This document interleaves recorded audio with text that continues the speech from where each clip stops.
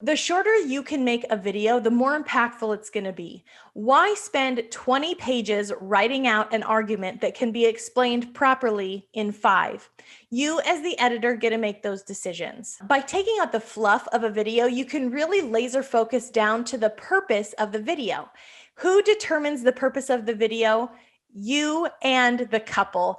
The couple almost always is going to send you a questionnaire. And if their questionnaire says that they want to focus on their love and their wedding day, then put a lot of photo session in. If they want to focus on their family and friends and spending time together, then put in more shots of guests or bridal party or people that are in their lives.